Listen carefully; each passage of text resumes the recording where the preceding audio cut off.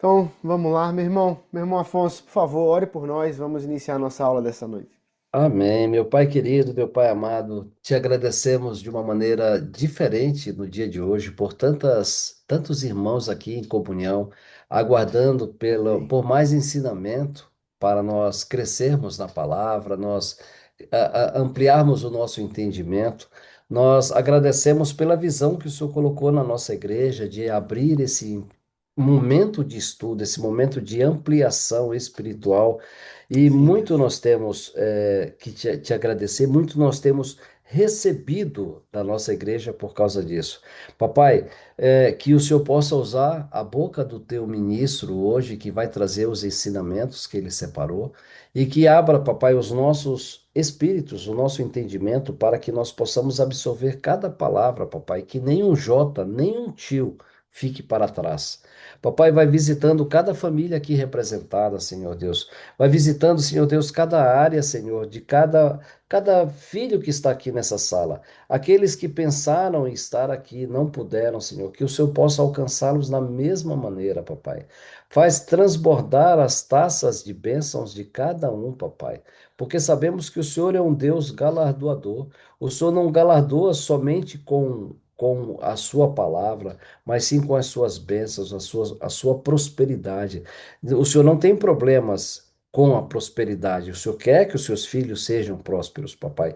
Mas nós entendemos que tudo acontece no tempo que o Senhor prepara para cada um.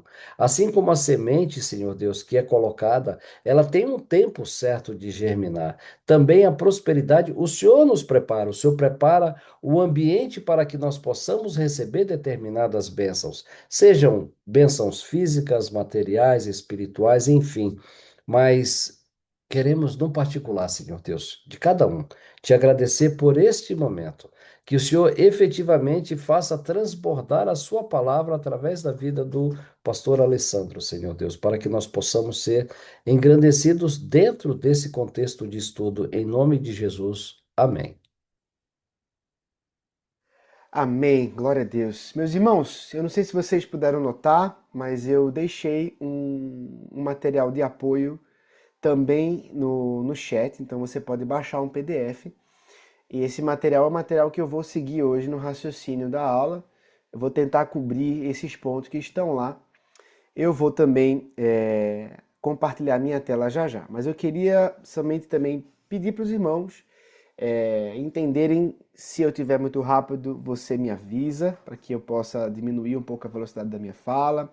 Ou se por acaso você tiver alguma pergunta, por favor, dá um sinalzinho, me deixa saber, me deixa perceber que você está querendo tirar alguma dúvida. Eu vou tentar separar no final, pelo menos uns 15 minutos, tá bom? Para que a gente possa conversar mais a respeito do tema. Então, se por acaso você quer tirar alguma dúvida ou deixar para o final, você também pode, mas não precisa deixar para o final, tá bom? Eu quero só estimular você a participar e é que você possa aproveitar essa aula. Eu vou só preparar aqui a apresentação para a gente poder. Deixa eu tirar esse som aqui agora, para que eu possa acompanhar o chat e ver se alguém está querendo tirar alguma dúvida, tá bom? Eu vou compartilhar minha tela para vocês.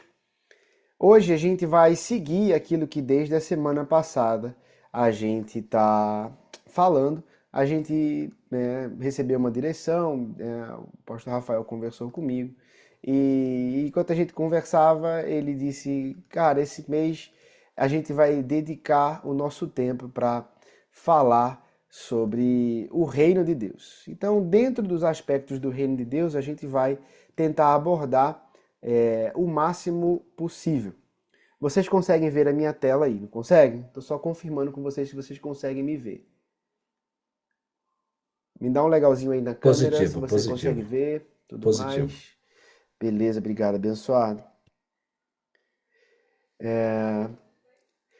Dessa forma que eu coloco aqui, eu só queria saber se fica muito pequeno para vocês, porque na semana passada eu deixei só a imagem da tela e aí talvez eu ficasse na frente de algum elemento de texto, mas vocês que estão vendo a minha imagem aí, dá para você ver direitinho o slide, dá para você entender e me ver ao mesmo tempo, ou tá pequeno? Aí você pode expandir sua tela, não tem problema, todo mundo já te conhece. Então, eu vou tentar fazer dessa forma aqui, ó, que aí você vai conseguir ver tudo e se quiser dar um zoom ou diminuir, aí você consegue ver, tá bom? Aí você vai ter que estar atento ao celular, porque muitas vezes a sua imagem vai interferir com alguma informação gráfica. Eu acho que agora resolvi.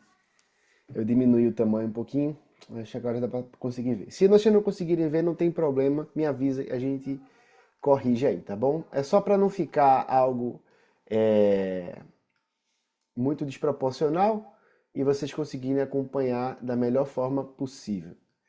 Hoje eu vou trazer um tema, eu não sei se alguns de vocês já tiveram a oportunidade de ouvir as expressões Evangelho do Reino e Evangelho da Salvação. Eu vou focar muito em falar hoje sobre o Evangelho do Reino, até porque essa é uma expressão que a própria palavra usa na sua literalidade. De uma forma muito clara, a palavra usa a expressão Evangelho do Reino. Mas existe hoje, né, muitas correntes de pensamento, ou não que a expressão Evangelho do Reino esteja errada, mas aplicações erradas dessa expressão.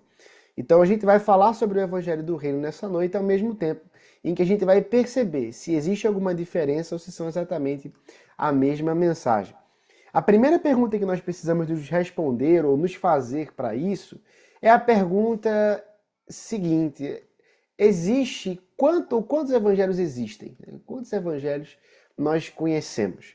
Se nós olharmos para a palavra de Deus e focarmos na palavra de Deus, nós vamos perceber que só existe um evangelho. Não existe mais de um evangelho. Só existe apenas um evangelho.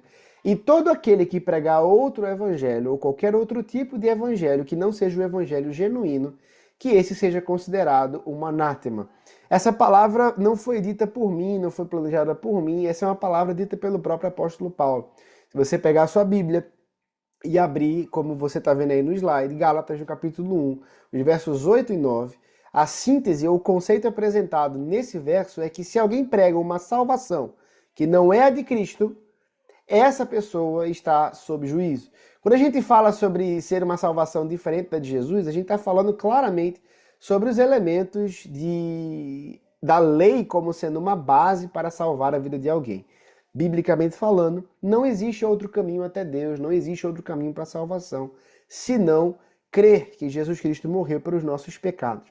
Quando a gente olha para essas expressões, Evangelho do Reino ou Evangelho da Salvação, nós precisamos ter muito cuidado, porque o Evangelho é um só. Não existem mais de um Evangelho. O que a gente precisa entender é que, por exemplo, eu queria que você abrisse a sua Bíblia comigo aí. Pega a sua Bíblia comigo, abre ela em Gálatas, no capítulo 2. E eu quero trazer uma base para essa ministração nessa noite. Gálatas, no capítulo 2. Essa é uma carta que fala muito sobre isso. É uma carta em que Paulo ele está combatendo um tipo de ensino naquela época, ou naquele momento. Está combatendo um tipo de ensino que era perigoso para a comunidade cristã, para a igreja naquela época, que era um ensino que a gente chama de judaizante, né? Um ensino que está tentando trazer as marcas da lei de volta no aspecto da salvação. Cristo é suficiente para todas essas coisas. Então, Gálatas capítulo 2, eu queria ler com vocês o versículo 16. E a palavra vai dizer assim: sabendo que o homem não é justificado pelas obras da lei, mas pela fé em Jesus Cristo, temos também crido em Cristo Jesus, para sermos justificados pela fé e não pelas obras da lei, porquanto pelas obras da lei nenhuma carne será justificada. Olha que versículo simples, mas ao mesmo tempo que versículo poderoso, né? Quando a gente olha para esse versículo, a gente percebe claramente que existe uma base para a nossa salvação. A base é a morte e ressurreição de Jesus, e estas são suficientes para salvar o ser humano. Existe um meio necessário, e esse meio não são as obras. O meio necessário para alcançarmos a salvação é a fé. Não vem das obras, como o próprio Paulo vai dizer em Efésios. É dom de Deus, é o dom gratuito de Deus, é pela fé. São sem as obras da lei. E o público alcançado, obviamente que a gente vai entender que isso se aplica a toda e qualquer pessoa. Judeus e gentios, como coloquei nos slides, judeus e gentios em pé de igualdade. Todos, segundo a salvação em Cristo Jesus, são declarados justos. Ou seja, não são obras humanas, não são obras de homens, não são obras da religião, não são obras de algum credo específico que trazem a salvação, que geram a salvação em nossa vida. É a obra de Cristo, única e exclusivamente, que traz a esperança de vida eterna. Então, a gente quando vê a expressão Evangelho do Reino, Evangelho da Salvação, pode parecer que existem mais de uma mensagem a respeito do Evangelho. Mas eu quero desde já fundamentar o que vai ser repetido ao longo de toda a aula. O Evangelho é um só. Se o Evangelho é um só, por que nós, então, estamos comentando sobre o Evangelho do Reino? O Evangelho do Reino é uma expressão bíblica, não é uma expressão que surgiu pela pregação de alguém.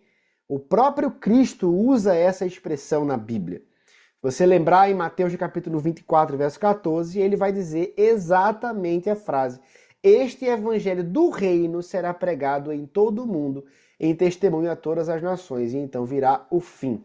Não é uma expressão que um pastor achou bonitinho e repetiu. É Jesus falando. O evangelho do reino será pregado.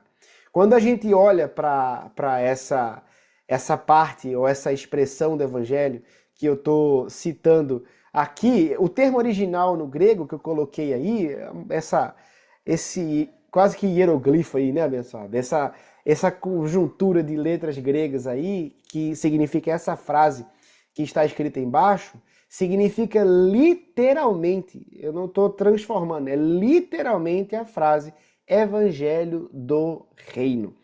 Essa expressão, ela acontece ou ela aparece 3 vezes de forma idêntica no Novo Testamento, e todas elas dentro do livro de Mateus.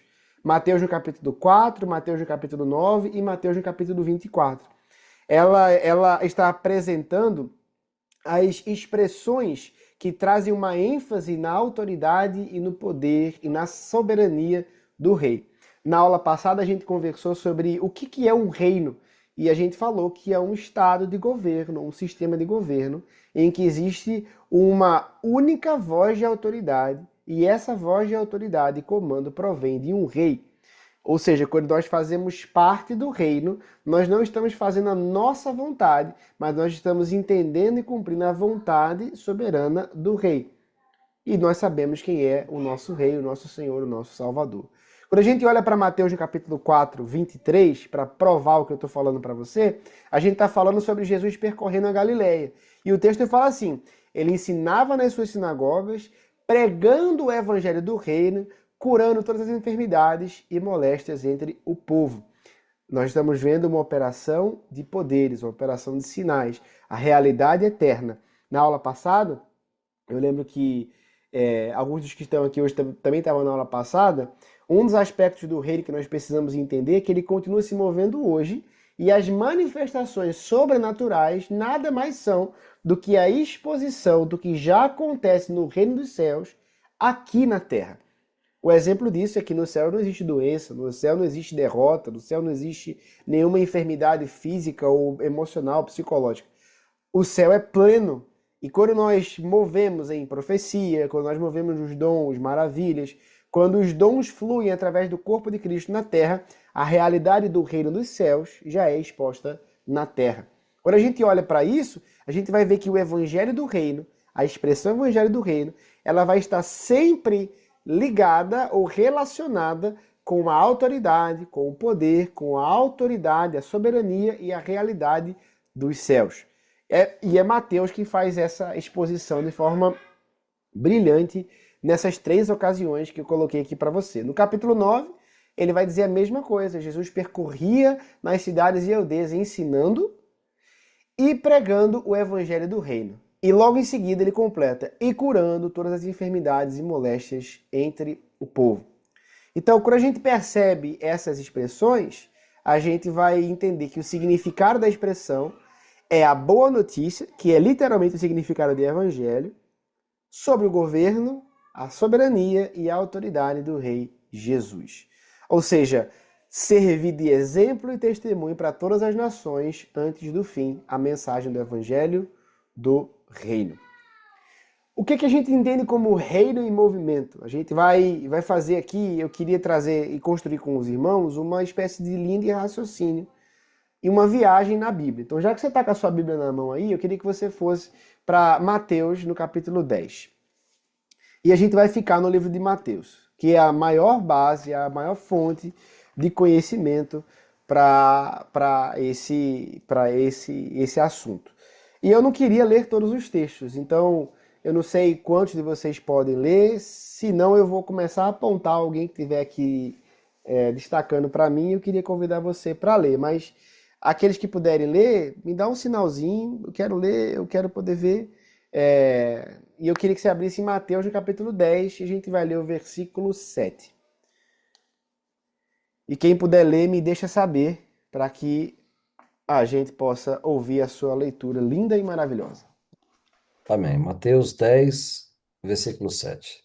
E à medida que e à medida que seguirdes, pregai que está próximo o reino dos céus. Opa! Olha que coisa interessante. A chave desse versículo para essa aplicação da linha de raciocínio é essa. A gente está vendo Jesus enviando os seus discípulos. A sequência do texto vai mostrar Jesus dando as instruções de como eles deveriam se portar, o que deveriam levar ou não levar, qual casa entrar e não entrar. Mas antes de Jesus falar como eles deveriam se comportar, Cristo está falando para eles o que eles devem pregar. E a mensagem que eles deveriam pregar é claramente: o reino dos céus está próximo.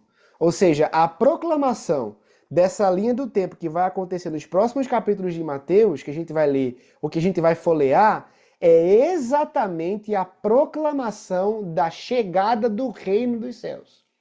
Quando a gente vai para Mateus no capítulo 11, eu não vou ler todos os versículos aqui agora, mas eu queria ver, não sei se Miriam, você está com o pessoal, e você pode ler Mateus 11, do 4 ao 6?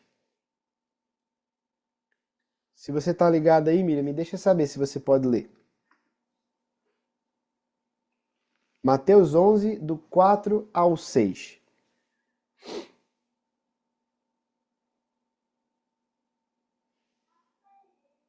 Deixa eu achar o texto. Desculpe. Eu posso ler. Pode ler então, lê aí. Jesus respondeu: Voltem e anunciem a João o que vocês ouvem e veem. Os cegos veem, os aleijados andam, os leprosos são purificados, os surdos ouvem, os mortos são ressuscitados e o evangelho está sendo pregado aos pobres. Bem-aventurados aquele que não tropeça por minha causa. Amém. Obrigado, Gel. Olha que interessante. No capítulo 10, Jesus está instruindo e enviando seus discípulos. No capítulo 11, assim que os discípulos vão, Jesus é abordado pelos discípulos de João. E os discípulos de João chegam para Jesus e perguntam para ele assim, é você mesmo o Messias que nós estamos esperando ou temos que aguardar outro? Basicamente essa pergunta. Jesus não responde à pergunta de uma forma direta. Jesus mostra para eles o que tem sido feito. Porque essa é a evidência de que o reino chegou. A evidência do que está sendo executado, vivido, a evidência, a prova real da manifestação da realidade eterna. E aí a gente vai ver, os cegos vêm, os coxos andam, mortos ressuscitam, leprosos são purificados. E aí ele fala no versículo 5 que a Gel leu, as boas novas são pregadas aos pobres, e feliz é aquele que não se escandaliza por minha causa. As boas novas estão sendo pregadas, irmãos. Os sinais estão acontecendo.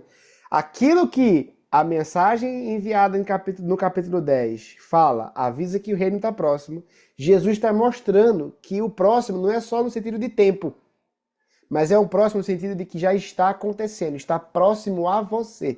Não simplesmente um próximo como algo que ainda há de vir.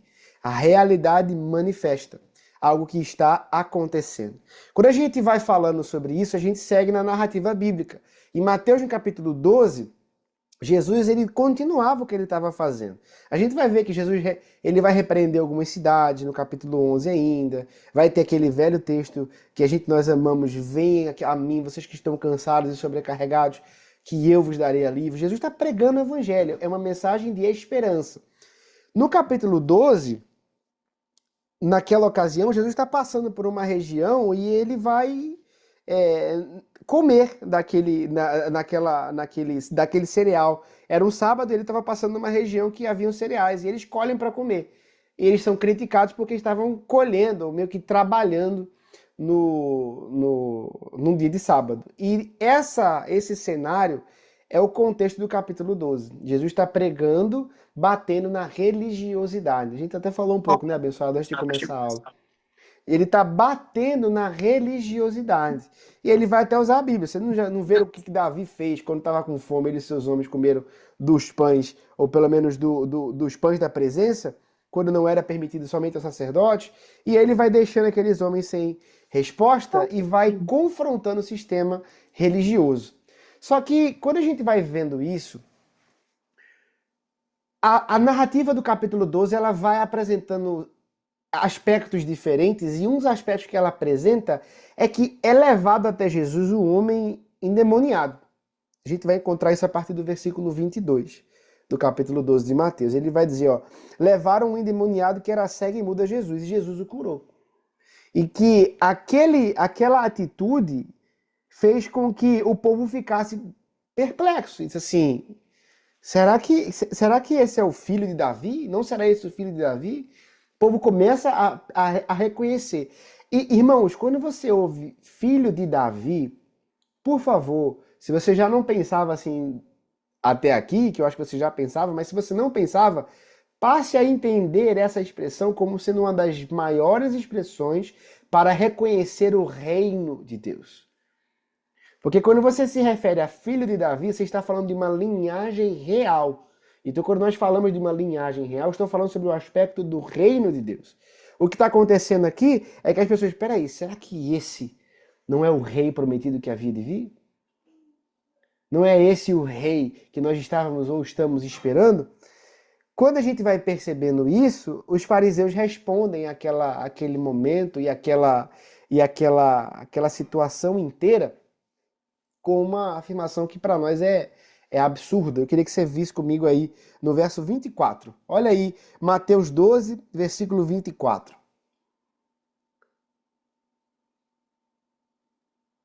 Ele vai dizer, eu vou ler que é bem curtinho, vai dizer assim, quando os fariseus ouviram isso, disseram, é somente por Beelzebu, o príncipe dos demônios, que ele expulsa os demônios. Absurdo ouvir isso, né? Você vê alguém expulsar um demônio e os fariseus falam, não, ele está expulsando o demônio em nome de Beelzebu. Ele está falando que Jesus pertence ao inferno. Ele está falando que Deus, naquele momento ali, que Deus está falando que Deus é do inferno. Aquilo ali não é Jesus. Eles não reconhecem a divindade de Cristo para isso. O que está acontecendo naquele momento é que Jesus, ao invés de se irar com aquela resposta e dar uma resposta irada, ele aproveita a situação para ensinar o princípio do reino. Não é a primeira vez que Jesus ouve isso. Se você for depois, agora não, mas se você for em Mateus 9, capítulo 9, verso 34, você vai ver a mesma calúnia, né? A mesma blasfêmia dos fariseus. Jesus respondeu o seguinte para eles: todo reino que é dividido contra si mesmo não pode permanecer de pé. Ele está falando sobre um princípio maravilhoso. Ele está falando o seguinte: vocês são hipócritas, não percebem isso. Só que vocês precisam entender uma coisa.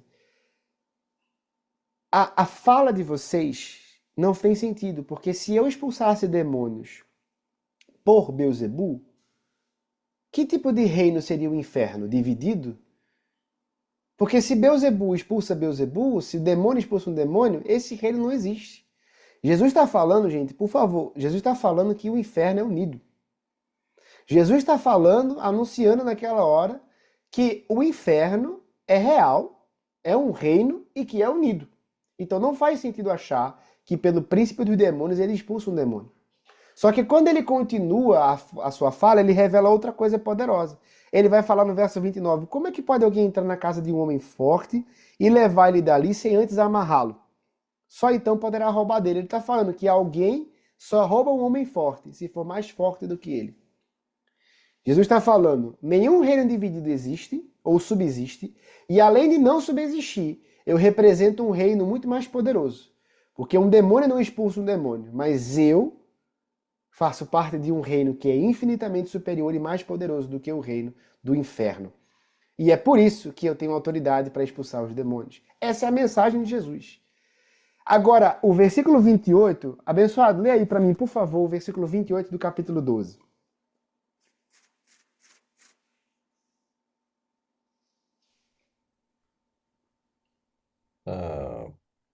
Se, porém, eu expulso demônios pelo Espírito de Deus, certamente é chegado o reino de Deus sobre vós. Olha que coisa maravilhosa. Jesus está falando, um reino dividido não subsiste. Então eu não expulso demônios por Beelzebu. Mas se eu expulso pelo Espírito de Deus, certamente é chegado o reino sobre vós. Jesus ele está pregando, ele está anunciando o reino, ele está trazendo a mensagem que aponta para o evangelho do reino. E aí a gente vai entrar no capítulo 13 de Mateus. Os capítulos 10, 11, 12, 13 estão falando a mesma coisa. É uma sequência da mesma história. Por isso que eu estou indo em cada capítulo com você. Ele é uma sequência da mesma história. E essa sequência está apresentando o reino para nós. O capítulo 13 de Mateus é um dos capítulos, para mim, mais ricos da Bíblia. Porque ele vai contar somente parábolas e todas elas referentes ao reino de Deus. Quando a gente olha para essas parábolas, quando a gente olha para essas histórias, a gente vai perceber o que Jesus está querendo ensinar para a gente. Quando a gente para perceber, Mateus capítulo 12, versículo 28, trouxe uma realidade para a gente. Jesus está trabalhando pelo Espírito de Deus. Ele está, pelo Espírito de Deus, expulsando demônios. Isso significa que o reino de Deus chegou. Esse slide que está na tela para você ver aí, eu vou voltar para esse assunto mais na frente, mas a palavra que a Bíblia usa na sua linguagem original, e é importante a gente saber disso, é uma palavra que significa que algo atingiu de repente ou antes do esperado, ou que aconteceu naquela hora. Significa dizer que quando Jesus fala que o reino é chegado, ele está falando que não é uma ideia futura, mas é uma realidade que já colidiu com o presente. Ele está falando que é algo real, que é algo que já chegou no meio daqueles homens, e isso exige uma submissão da nossa parte. Quando ele fala, se eu expulso demônios, certamente a realidade eterna já está atingindo a sua realidade. Olha que coisa poderosa, né? Quando a gente entra no capítulo 13 de Mateus, ele vai somente continuar a ensinar sobre o reino. Agora num cenário diferente, mas ele está com uma multidão e depois ele fica só com os seus discípulos. E ele vai contar 7 parábolas. Ele vai contar a parábola da semente, ele vai contar, que no caso de um semeador que saiu a lançar a semente, e a semente significa o reino. Ele vai contar a parábola do joio e do trigo, ele vai contar a parábola do grão de mostarda. E ele vai falando justamente sobre isso, sobre o que são os filhos do reino, o que são os filhos do homem. Ele vai contar sobre como o reino é como um grão de mostarda, ele começa pequeno no seu tamanho, mas ele cresce em influência. Você vai encontrar isso em Mateus 13, 31, 32. Ele vai falar a parábola do fermento, que você encontra em Mateus 13, 33, mostrando que a influência do reino vai crescer e vai levedar toda a massa. A gente vai ver a parábola do tesouro escondido no capítulo 13, versículo 44. A gente vai ver a parábola da pérola preciosa ou da pérola valiosa. A gente vai ver a parábola da rede de pesca. Tudo falando sobre o reino de Deus. Ou seja, a mensagem que Jesus está pregando, a mensagem que Jesus está anunciando naquele contexto inteiro é somente uma. Ele está anunciando o reino de Deus. A gente precisa entender o governo teocrático, a voz soberana de Deus. Jesus está pregando. Não é um evangelho de outra pessoa, é o evangelho pregado pelo Deus encarnado. E o Deus encarnado está pregando a realidade do seu reino. É por isso que a expressão evangelho do reino é expressão bíblica para mostrar a pregação da esperança, da boa nova, da expectativa perfeita da vinda do reino de Deus.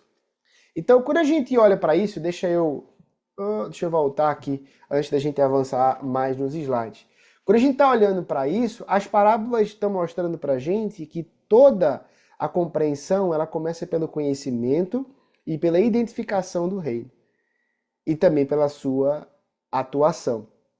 Quando a gente vê a oração modelo que Jesus fez para nós, ou que ele fez para nos ensinar, ele vai dizer, gente, Pai nosso que está no céu, santificado seja o teu nome, que venha o teu reino. Ou seja, a temática do reino é uma temática presente na exposição do Evangelho. O que é que a gente pode concluir com isso? A gente entende que o ministério de Cristo dedicou força, tempo e energia em trazer a exposição da realidade eterna de um reino, além de mostrar que os sinais manifestos por todos aqueles que creem e foram enviados são resultado da mensagem do Evangelho do Reino, ou se preferir, da Boa Nova do Reino. Ou seja, eu não posso, essa fundamentação toda que eu estou falando com você, essa volta toda que eu dei aqui, é para dizer uma coisa, eu não posso separar o Evangelho do Reino. Os dois são a mesma coisa. Então, quando a gente fala sobre o Evangelho do Reino, eu estou falando sobre uma mensagem completa, sobre uma mensagem que engloba todos os aspectos. Por que eu falo isso? Porque eu quero trazer esse contraponto com relação a esse Evangelho da salvação. E a primeira coisa que eu quero dizer para você é o seguinte, a gente não pode descartar a expressão Evangelho da salvação. Não estou falando que ela é mentirosa, não estou falando que ela é errada, mas eu quero que a gente tenha em mente uma única coisa. Todo aquele que é salvo faz parte do reino. Não existe uma mensagem para a salvação e outra para o reino. O evangelho do reino é um só. E todo aquele que é salvo em Cristo Jesus faz parte do reino.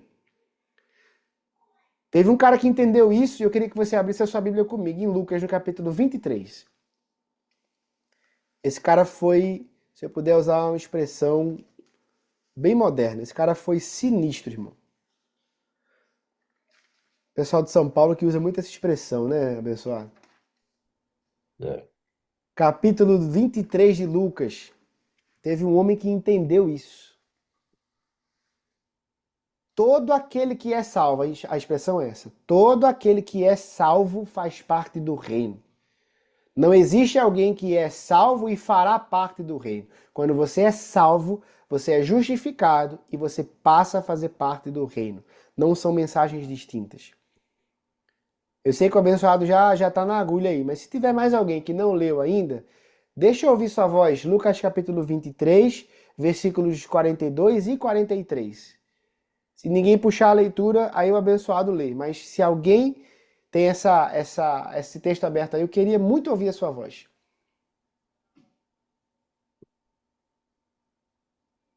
Eu posso ler. Vai lá, Amanda, lê aí, minha irmã. E acrescentou Jesus: Lembra-te de mim quando vieres no teu reino. Jesus lhe respondeu: Em verdade te digo que hoje estarás comigo no paraíso. Obrigado, Amanda. Olha que coisa interessante. Não existe uma mensagem que separa a salvação do reino. Todo aquele que é salvo faz parte do reino. E um ladrão, prestes a morrer numa cruz, entendeu isso.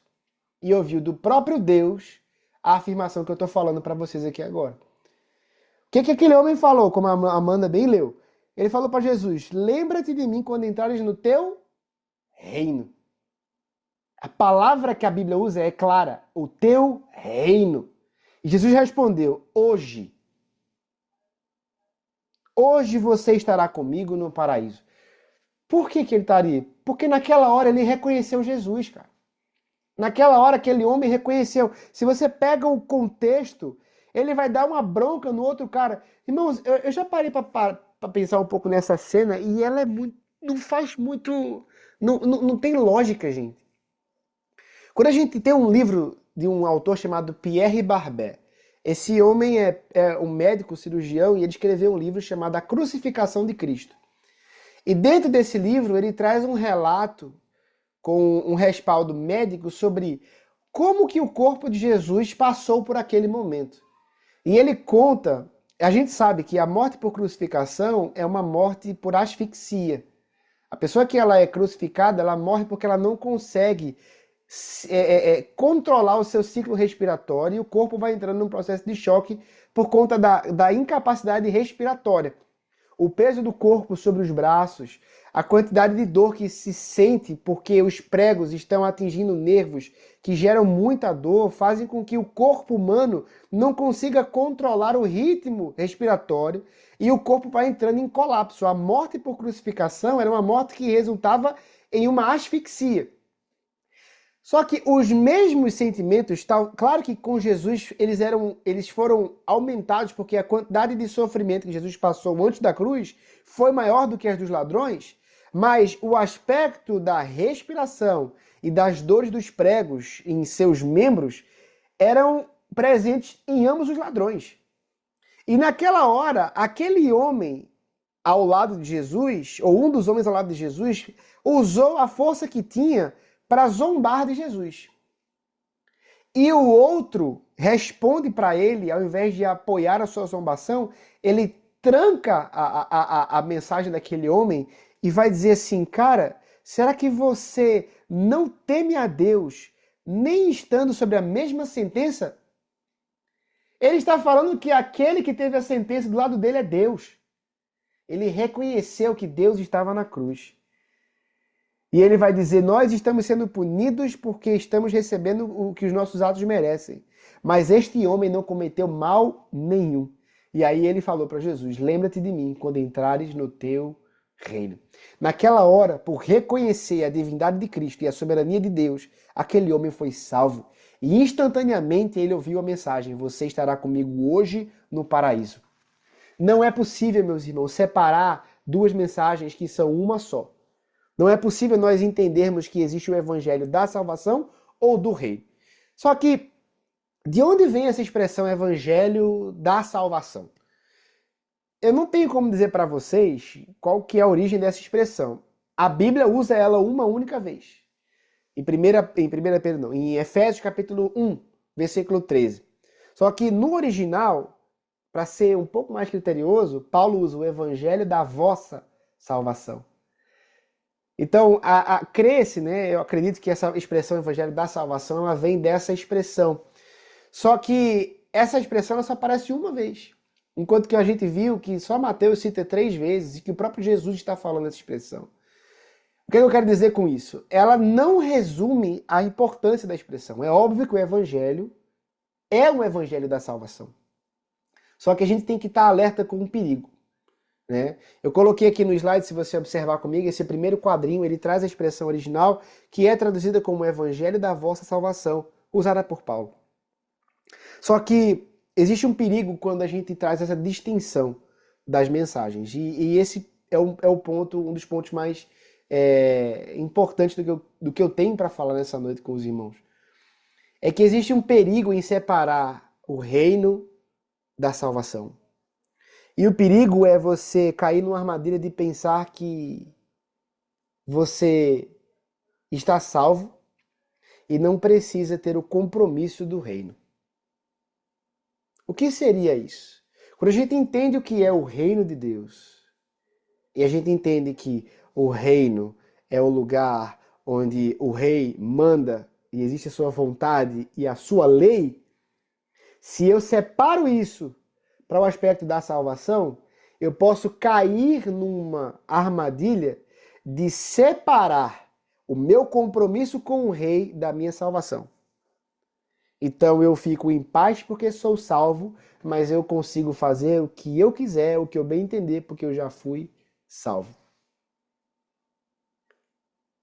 Daniel colocou aqui, há um problema em separar o evangelho, em evangelho da salvação e evangelho do reino. Sim, há um problema, porque há um perigo muito grande.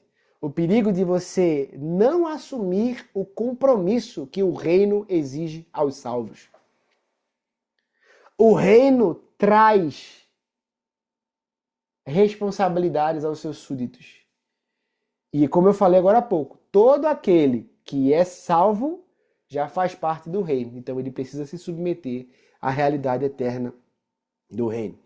É justamente o que o Daniel está falando aqui. Não foi pensado, isso aí, Dani, não foi pensado como um evangelho separado, né? Nunca foi. E sim como uma ênfase dentro do único evangelho. Eu vou chegar nessa frase já, Dani. Eu nem passei as notas para tu, tu já está adiantando a aula aqui. Quando a gente olha essas coisas, gente, a gente percebe o perigo. E eu quero ler para você o que eu escrevi aqui. Se existe uma mensagem, por favor, pensa com carinho sobre isso. Se existe uma mensagem para a salvação distinta da mensagem do reino, então existe uma possibilidade de entender um caminho sem abraçar o comprometimento. Faz sentido para você o que eu falei? Eu vou falar mais uma vez. Tá no material de apoio essa frase, tá? Você vai pegar o material, você pode ler lá. Se existe uma mensagem para a salvação distinta ou separada da mensagem do reino, existe então uma possibilidade de entender um caminho sem abraçar um comprometimento. O que é que isso implica? Isso implica que esse pensamento ele pode gerar um comportamento que não busca mudança de comportamento. Alguém que diz que aceitou Jesus e que é salvo, mas as suas condutas, o seu comportamento não condizem com a realidade do reino e que Jesus é rei. A falta de compromisso com o aspecto de submissão ao reino e uma busca por atitudes, ou por justificação, perdão. Às vezes isso pode gerar uma busca por justificação de atitudes, pelo simples fato de já ter sido salvo. Sabe qual que é um grande perigo disso? É o que eu coloquei no quadrinho do meio, uma graça barata. Ou como a gente conhece hoje como uma linha teológica que é muito difundida ao redor do mundo, como uma hipergraça. Isso pode culminar no entendimento de que a graça ela cobre os pecados, mas a realidade do reino não me gera nenhum compromisso. Isso é muito perigoso. Um progressismo que foge dos princípios da palavra, um progressismo que não atende ou que não faz jus à realidade do sacrifício de Jesus. É um progressivo que abraça o que é errado pelo simples fato de que Jesus amou, Jesus é amor e ele salva. E a pessoa abraça essa pretensa salvação, mas não entende o compromisso que o reino para o qual ela foi salva requer dela. A verdade é justamente essa, é só uma. Todo salvo entra no reino. E se ele entra no reino, ele está justamente sendo agora posto no lugar em que ele precisa se submeter à realidade daquele reino. E aqui eu queria voltar ao versículo 28 do capítulo 12 de Mateus, que a gente leu. Esse verbo grego indica que aquilo atingiu alguém, atingiu aquela realidade. Lembra que eu falei em Mateus 12, 28? Isso valida a realidade que ser salvo e entrar no reino não são eventos distintos. Jesus falou, se eu expulso demônios pelo Espírito de Deus, certamente é chegado o reino de Deus entre vós. E a palavra usada para o reino naquele momento indica justamente isso. Aquilo atingiu, é chegado, atingiu agora. Se eu expulso pelo Espírito, isso já atingiu a realidade de vocês. Ou seja, não existe uma realidade do reino distinta de uma realidade de salvação. Aquele que é salvo, ele passa a fazer parte do reino. E ele passa a ter que se submeter à realidade eterna do reino. Então, observando isso, qual que é a melhor forma da gente caminhar? O que é a melhor forma da gente caminhar dentro desse assunto? Primeiro, perceber que o evangelho é um só. Não existe outro evangelho. Mais uma vez, eu quero citar Paulo, né? Paulo vai dizer, Gálatas capítulo 1 vai dizer, se algum outro pregar outro evangelho que seja amaldiçoado, anátema, destruído, não existe outro evangelho. Só existe um evangelho. A boa notícia de que Cristo morreu pelos nossos pecados e através do seu sangue somos purificados e justificados, não pelas nossas obras, mas pela fé no seu sacrifício. Somos alcançados por essa graça e somos salvos. E por sermos salvos, integramos o reino eterno de Deus. Então a gente precisa entender que o evangelho é um só e ele apresenta a esperança do reino. É por isso que a expressão evangelho do reino é a expressão completa. Sempre que a gente observa na palavra as menções ao evangelho, a realidade final é a do reino. E dessa maneira, o nosso compromisso deixa de ser a nossa própria vida. O evangelho não é para morrer no sentimento de que eu fui salvo. O evangelho é para me dar a esperança de que eu fui salvo para um reino eterno. E por ter sido salvo para um reino eterno, a minha vida não é mais a minha vida. A minha vida agora é um ativo para a manifestação do reino de Deus para aqueles que estão próximos a mim. Quando a gente observa isso, e a gente lê Marcos 16:15, por exemplo, que é a versão de Marcos para a grande comissão, né? A gente vai ver que esse evangelho, que evangelho?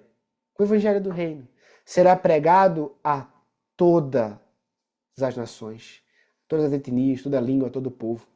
Quando a gente observa isso, a gente vai ver o que Paulo falou em Romanos 1,16. Não me envergonho do evangelho de Cristo. Quando a gente lê a expressão evangelho de Cristo, não significa um outro evangelho. Eu estou falando sobre um evangelho que Cristo pregou. Quando entendemos o evangelho de Cristo, ele vai dizer, eu não me envergonho. Por quê? Pois é o poder de Deus para a salvação de todo aquele que crê. Primeiro do judeu e também do grego. Olha o que o texto fala. O evangelho é o poder para a salvação.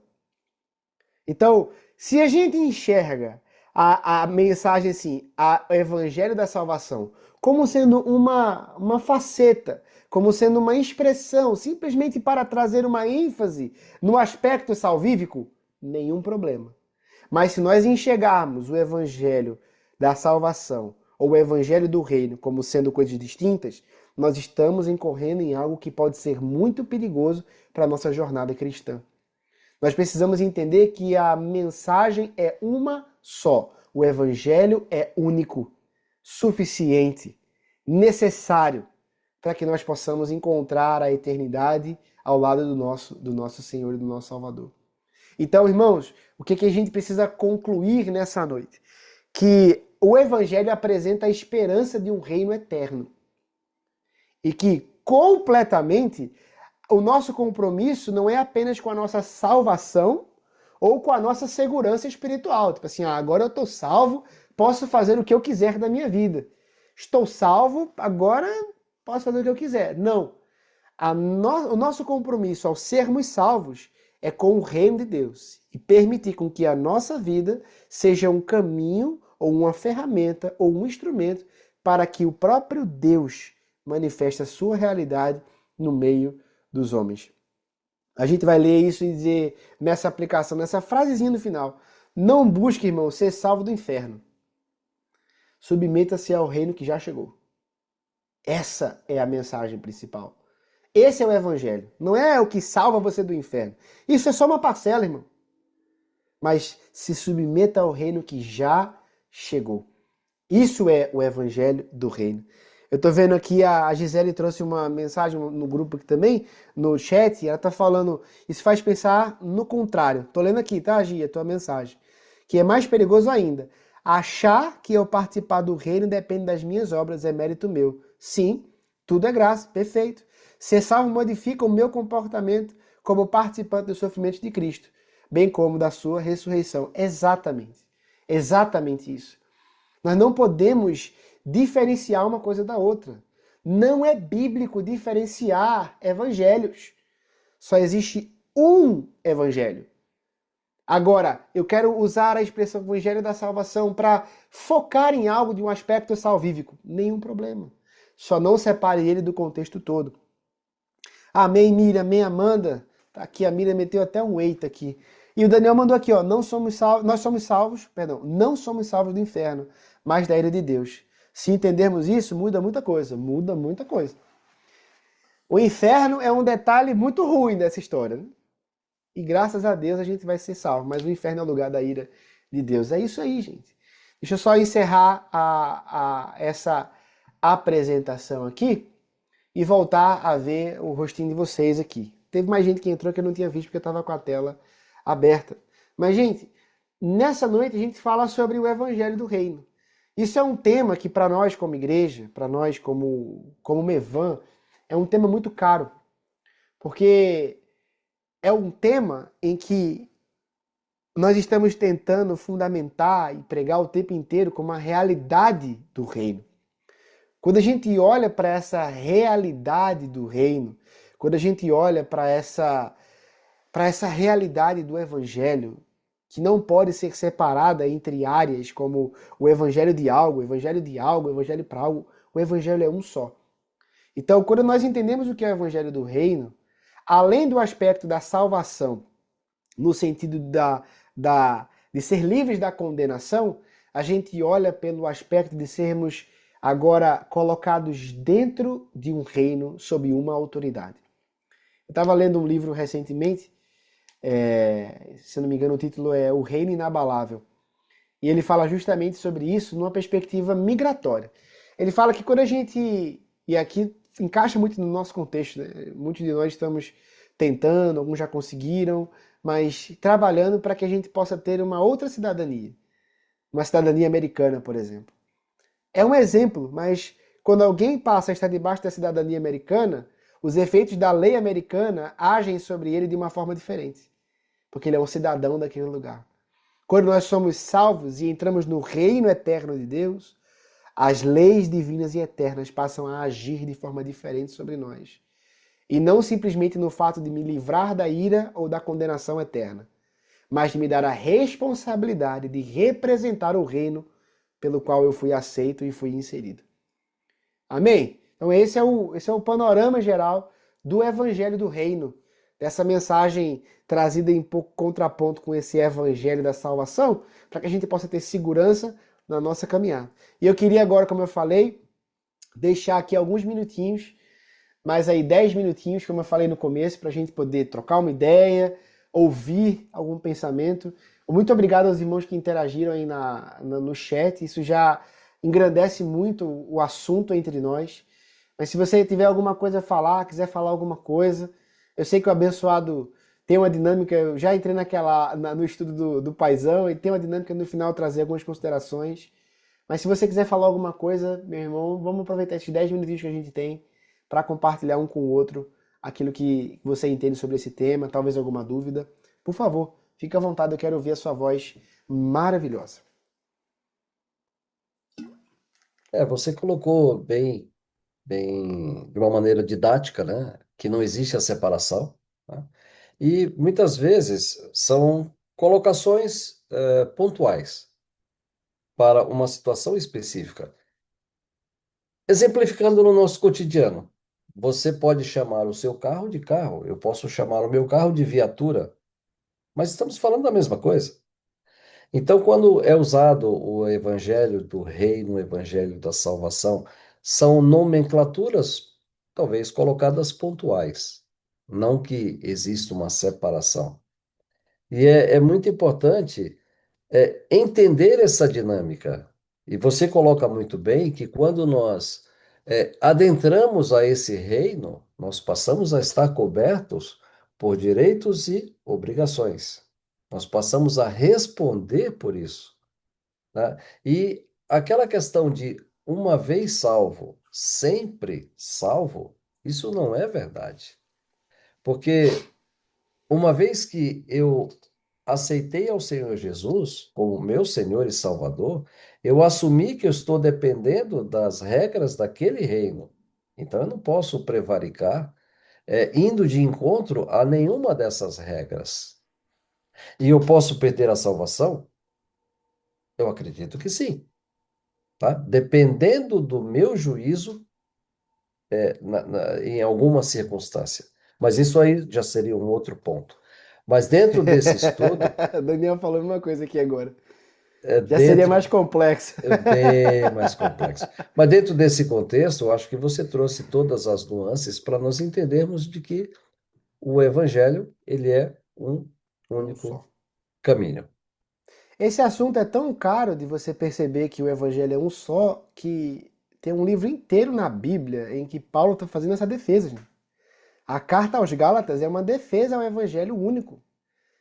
Então a gente não pode tirar graças a Deus que nós não estamos fazendo, estamos nos protegendo, né? A gente não pode tirar essa importância da unicidade do Evangelho. O Evangelho é um só.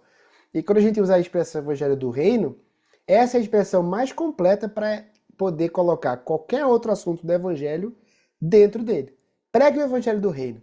Vive o Evangelho do Reino. Eu vou fazer um trocadilho aqui com o pastor Samuel, que eu estou vendo que ele está aqui na chamada também. Ele estava pregando sábado passado e ele falou assim: rapaz, se você vai numa igreja convidado para pregar, se você não quiser errar, prega a Bíblia. Prega a Bíblia que você não erra. Ele falou isso sábado passado. Isso E é uma aí, verdade, não é não, Samuel? Então, isso isso aí. é uma verdade. No que se refere ao Evangelho, você não quer errar, entende e prega o Evangelho do Reino, que você não vai errar nesse assunto. Mas é isso aí. Obrigado pelo teu comentário, abençoado. Alguém mais quer falar alguma coisa? Daniel tá tímido hoje, tá falando só no chat. E aí, Oi, Marco? Tamai. Fala, meu pastor. Então, isso é muito interessante, cara, o que você estava falando hoje. É, e, e o abençoado também compartilhou com a gente. Mas uma coisa que eu ia trazer para vocês aqui, quando vocês voltar lá para ler na Bíblia, vocês vão ver que sempre quando fala do Evangelho e a salvação, o termo já usado como um só junto, às vezes está ligado a título, mas não está ligado a versículo. Sempre fala Uhum. assim, o Evangelho de Deus que tem poder para a salvação, o Evangelho Isso. qual é o poder para a salvação, qual eu não me envergonho da verdade, que é o Evangelho da vossa salvação. Então, Isso. e é uma confusão que a gente sempre teve, porque a gente lê muito títulos que foi colocado na Bíblia, que não foi a inspiração de Deus, mas foi a homens, né, que quando organizou toda a Bíblia, colocou esses títulos e a gente define muito.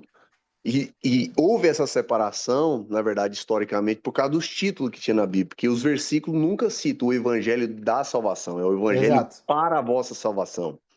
É Isso. as boas novas que te leva, que tem poder, que o poder está no evangelho, as boas novas. Exato. E a única pessoa que ligou evangelho e reino e colocou junto evangelho do, foi Jesus, e ele disse Foi do Jesus. reino. Isso. Porque esse evangelho do reino, que é o governo do rei, de Jesus, a obra dele na cruz, que tem poder para salvar. Então, é, é algo que também tem a ver com. Eu não sou muito bom de português, né? Como muita gente aqui já sabe, mas eu gosto, assim, quando eu estava estudando mais profundo a Bíblia, eu descobri isso, né? Que a gente lê muito o título dos temas dos livros na Bíblia, né? Então, se vocês abrirem lá em Efésios 1,16, 1,13, Um 13 2 Timóteo 1,10, é, é, 1 Pedro, não, 1 Pedro não, Romanos 1,16, Isso. Efésios 1,13, vai falar assim, o evangelho da vossa salvação. Isso. Eu não me envergonho do evangelho porque tem poder para a salvação, né? E às vezes Isso. vai estar, em algumas traduções e algumas versões, vai estar em cima o título, Evangelho da Salvação. E a gente, por muito tempo, ensinou esses dois evangelhos. Ah, existe o evangelho do reino e da salvação, né? Exato. E a salvação, na verdade, é a obra do evangelho do governo de Cristo. É só isso que Exato. eu queria mesmo compartilhar. É, isso aí. Muito bom, cara. Obrigado, Tamar. Eu acho que algumas versões de Só Almeida. fazendo um adendo aqui do que o Itamar falou, por Fala, irmão. exemplo, quando a gente entra nesse aspecto do evangelho do reino e o evangelho da salvação, é óbvio, né? Todo mundo já concordou que não existe dois evangelhos.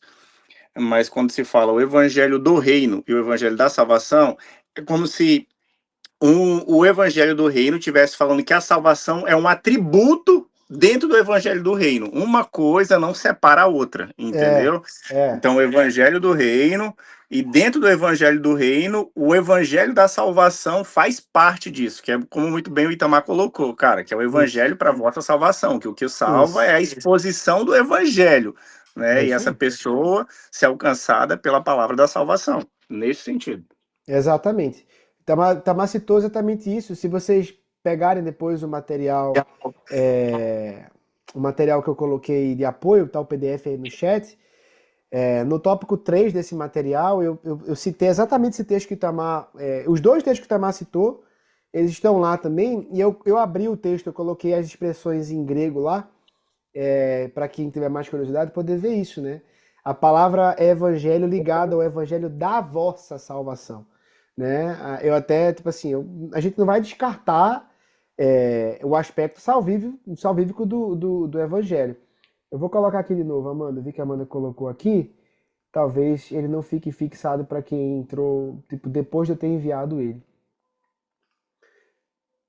Tá aqui. Tá subindo aí. Acabou de ir, Amanda. Então você vai conseguir ver justamente o que o Daniel tá falando, que o Itamar bem trouxe pra gente aqui, é justamente isso, né? E o Itamar, ele traz uma análise gramática, ele fica falando desse negócio do português dele, mas ele trouxe uma análise gramatical exata.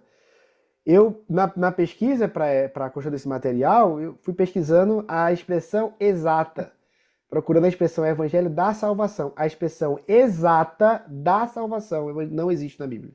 Ela não é usada. Então é um aspecto muito legal aí da gente notar. Quem mais? Alguém mais quer comentar alguma coisa? Feliz, obrigado por vocês estarem aí engrandecendo essa aula, gente. Por favor, obrigado. A Raíssa Eu está querendo falar. tô querendo falar.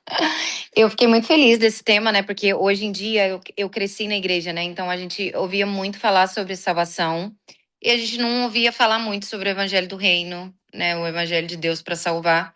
E isso é muito bom, tem abrido muito a nossa mente sobre como esse evangelho governa a nossa vida, né? O governo do Uhum. Espírito. Na verdade, muita gente era salva, mas ela não era governada pelo Espírito, né? Tipo, ela não tinha a alma dela submissa a Cristo.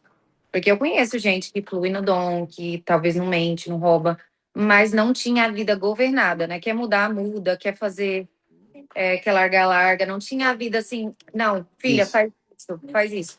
Mas a gente, hoje em dia, isso, tudo que é muito bom também tem um lado ruim, né? Te vê muita Uhum. gente falar, não, eu só quero ser salva, eu não quero governar, Uhum. né? Eu não quero Uhum. reinar. Né? Então, e tem muita gente falando isso, não, você pode ser salva e você também, se você é governado pelo Espírito na Terra, você vai governar com Cristo, É né? isso E aí. tem gente que fala, não, eu só quero ir para o céu. Eu já ouvi, não, eu só quero ir. Tá colocando muita dificuldade. Você vai continuar Então, eu acho pensando que, assim, vai dar ruim lá é, na frente. então, eu acho que muita gente vai ter muita surpresa, porque Vai. vai pensar, né, não, eu tô salvo, eu posso fazer o que eu quero, não preciso ser governado pelo Espírito, Isso. e usa a mensagem do ladrão, né, que estava ali, e, tipo, na hora ele foi salvo. Mas eu creio que quando você realmente é salvo, você vai ter a atitude de alguém que é salvo, né? Então, Exato. se você continua na Terra e você não tem uma atitude de ser governada pelo Espírito, provavelmente você não foi salvo, né? Sim. Então, isso é muito importante. Exatamente. Exatamente. É isso, Muito muito bom. obrigado, pastora. Muito bom, muito bom. É isso aí. Eu já ouvi muito essa expressão também. Quando era mais novo, no comecinho lá da jornada, a gente recebia muito um evangelista que ia pregar lá na igreja, e ele falava muito sobre isso. E eu lembro que ele falava dizendo assim, isso mudou minha vida, quando eu entendi que existe o evangelho da salvação. Aí eu olho para trás e falo assim, rapaz, que mudança, né, irmão enfrentou, foi meio complicado para a vida dele essa coisa. Daniel tá preparando para mandar uma mensagem aí, mas acho que acabou não mandando. Mais alguém quer falar alguma coisa? Obrigado pela colaboração de todos vocês aí. Tem mais 2 minutinhos aqui para a gente encerrar essa reunião. Ei, Alessandro, Fala, meu irmão. essa questão aí que a minha esposa falou aí agora sobre o governo, né? Que é interessante que o ladrão ele não teve um tempo, ele não teve tempo para viver uma vida e expressar esse governo, né? Mas ele Sim, reconhece o rei, que Jesus era rei, né? Então ele reconheceu o isso, governo. E isso, essa é a questão do evangelho, né? A isso. questão do governo de Jesus na nossa vida, porque caso contrário, nós só queremos a salvação, mas não o governo dele. E o reino, a expressão do reino, tipo assim, o que é o reino de Deus, cara? Simplificado em uma frase: o governo de Jesus. Eu reconhecer o governo e me submeter a esse governo. Exato. Então, isso aí é algo que foi muito. Que eu acho que, de certa forma, para a gente falar a salvação sem esse governo, as pessoas acham que a salvação é totalmente pela obra de Cristo. Mas muita gente reconhece que Jesus morreu na cruz, mas não se submete a ele. Então, não submete ao governo dele, né? Isso, Tipo isso. assim, eu sei que eu não vou ser salvo pelas minhas obras, mas eu quero que Jesus adapte meu estilo de vida. Eu não me submeta a esse governo, a esse Cristo que governa agora na minha vida. Isso. É como se você quisesse um aspecto do evangelho, mas não quisesse submeter à plenitude dele, né? Isso, exatamente. É. Por isso que a salvação, ela é a obra de entrada no reino, né? Uhum, É a obra de Cristo de uhum. entrada, é a É a porta. É ele habilitação, que né? abriu a porta, né? Ele que é a porta, né? Isso. E o reino, a gente falar assim que a gente quer só desfrutar da obra de Jesus sem reconhecer o governo dele, a gente, eu acho que é por isso que tem muita gente sendo, confessando que aceita Jesus para uma salvação, mas não para um governo de vida e às vezes desvia no meio da jornada. Eu já vi muita gente fazendo isso, né? Por É. não entender Eu, esse aspecto que a Raíssa estava falando aí do reino, mesmo sendo salvo pela obra dele, é uma salvação que ele nos dá acesso para ser governado por ele, é. ser Eu, en- liderado eu, por ele, pelo Espírito. eu entendo, cara, que esse fato do entendimento do reino, da realidade do reino, né, que é o fim da pregação do evangelho, né? Essa realidade eterna do reino de Deus é isso que vai comprovar e vai ser a maior ou uma das maiores sustentações à nossa consciência de salvação, né? Porque nós, quando entendemos isso, a gente vai entender como o Daniel acabou de falar aqui, essa pessoa não entendeu, né, o evangelho. Exatamente isso. A gente entender que a salvação é uma habilitação para a realidade do governo de Jesus é o passo natural e necessário da jornada para aquele que crê no Evangelho de Deus. E isso é a plenitude do que o Senhor tem sobre as nossas vidas. Gente, muito obrigado. Eu fico muito feliz quando a gente interage assim, quando a gente consegue trazer esses comentários, né? As mensagens no chat engrandeceram muito o assunto. O irmão Afonso está mandando um coraçãozinho aí. Obrigado, irmão Afonso. Esse coração eu recebo com muita alegria. E a todos que o Samuel mandando, e a todos que interagiram aqui na aula, você que entrou com sua família, você que separou um tempinho para poder ouvir mais da palavra de Deus. Semana que vem a gente tem mais um encontro do Journey, tá bom? E o assunto do reino vai seguir durante esse mês de abril, tá bom? Então, todos vocês que fizeram parte nessa noite, Deus abençoe. Eu queria só pedir aí, pastor Itamar, ora por nós, meu pastor, para a gente poder descansar e, e amanhã seguir a nossa vida e manifestar o reino de Deus onde a gente estiver. Pai, obrigado, Senhor, por esse tempo de esclarecimento, de